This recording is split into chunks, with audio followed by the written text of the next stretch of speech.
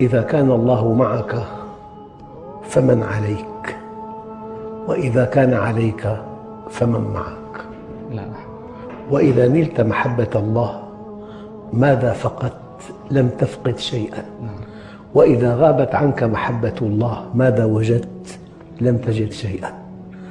النتائج والثمار والخصائص والآثار التي تترتب على محبة الله لك لا تعد ولا تحصى. منها إذا أحبك الله ألقى محبتك في قلوب الخلق، وإذا أحبك الخلق فهذا رأس مال لا يقدر بثمن، أن يحبك الناس، أن يحبك من حولك. إذا أحبك الله منحك الحكمة، ومن يؤتى الحكمة فقد أوتي خيرا كثيرا. الإنسان إذا أوتي الحكمة يسعد بدخل محدود، والذي لم يؤت الحكمة يشقى بدخل غير محدود. الإنسان إذا أوتي الحكمة يسعد بزوجة من الدرجة العاشرة، والذي لم يؤت الحكمة يشقى بزوجة من الدرجة الأولى. الإنسان إذا أوتي الحكمة يجعل من العدو صديقاً، والذي لم يؤت الحكمة يجعل من الصديق عدواً. يعني عطاء لا يقدر بثمن إذا منحك الله الحكمة. والحكمة تؤتى من الله مكافأة على إيمان المؤمن واستقامته على أمر الله، وهي من ثمار محبة الله. أن تؤتى الحكمة. إذا أتاك الله الحكمة أعطاك السكينة. السكينة حالة من الرضا، من السعادة، من التفاؤل، من القوة، من الثقة بالنفس، من سداد الرأي، من صحة الرؤية. هذه السكينة تسعد بها ولو فقدت كل شيء، وتشقى بفقدها ولو ملكت كل شيء. والإنسان قد يؤتى مالاً وفيراً وصحة وقوة وذكاء ولا يؤتى الحكمة، فهو أشقى الأشقياء. لذلك قيل إن الله يعطي الصحة والذكاء والمال والجمال للكثيرين من خلقه، ولكنه يعطي السكينة بقدر لأصفيائه المؤمنين.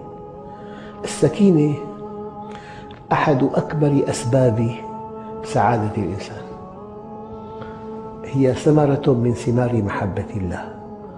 يعني إذا أحبك الله شيء لا يتصور، أن يحبك خالق السماوات والأرض الذي بيده كل شيء، الذي بيده من هم فوقك ومن هم تحتك ومن هم حولك، الذي بيده صحتك وأهلك وأولادك، الذي بيده حياتك أو موتك ورزقك. لذلك الإنسان إذا عرف الله عرف كل شيء، وإذا فاتته معرفة الله فاته كل شيء. من معاني محبة الله لك أن يلهمك الرضا. ترضى أنت، ترضى عن وجودك، وترضى عن وضعك، وترضى عن دخلك، وترضى عن أهلك وأولادك. الرضا أحد أسباب السعادة. فالمؤمن راضي. والله الذي لا إله إلا هو لو شققت على صدر مؤمن عرف الله لرأيت فيه من السعادة ما لو وزعت على أهل بلد لكفتهم. الله عز وجل يقول: إن الصلاة تنهى عن الفحشاء والمنكر ولذكر الله أكبر. قال علماء التفسير: ذكر الله أكبر ما في الصلاة، لكن بعضهم قال: ذكر الله لك وأنت في الصلاة أكبر من ذكرك له. إنك إن ذكرته أديت واجب العبودية، لكنه إن ذكرك منحك الرضا، منحك السكينة، منحك الحكمة، منحك نعمة عزت على معظم الناس، منحك نعمة الأمن.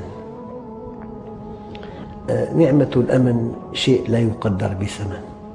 قد ينجو الإنسان من آلاف المصائب لكنه خائف، وأنت من خوف الفقر في فقر، نعم. وأنت من خوف المرض في مرض، وتوقع المصيبة مصيبة أكبر منها. الآن في عنا أزمات قلبية سببها الخوف من أزمات القلب، تأتيه بأزمة. نعم. لذلك حينما ألف كتاب دع القلق وابدأ الحياة طبع منه 5 ملايين نسخة. هناك قلق في العالم سببه البعد عن الله، ألا بذكر الله تطمئن القلوب.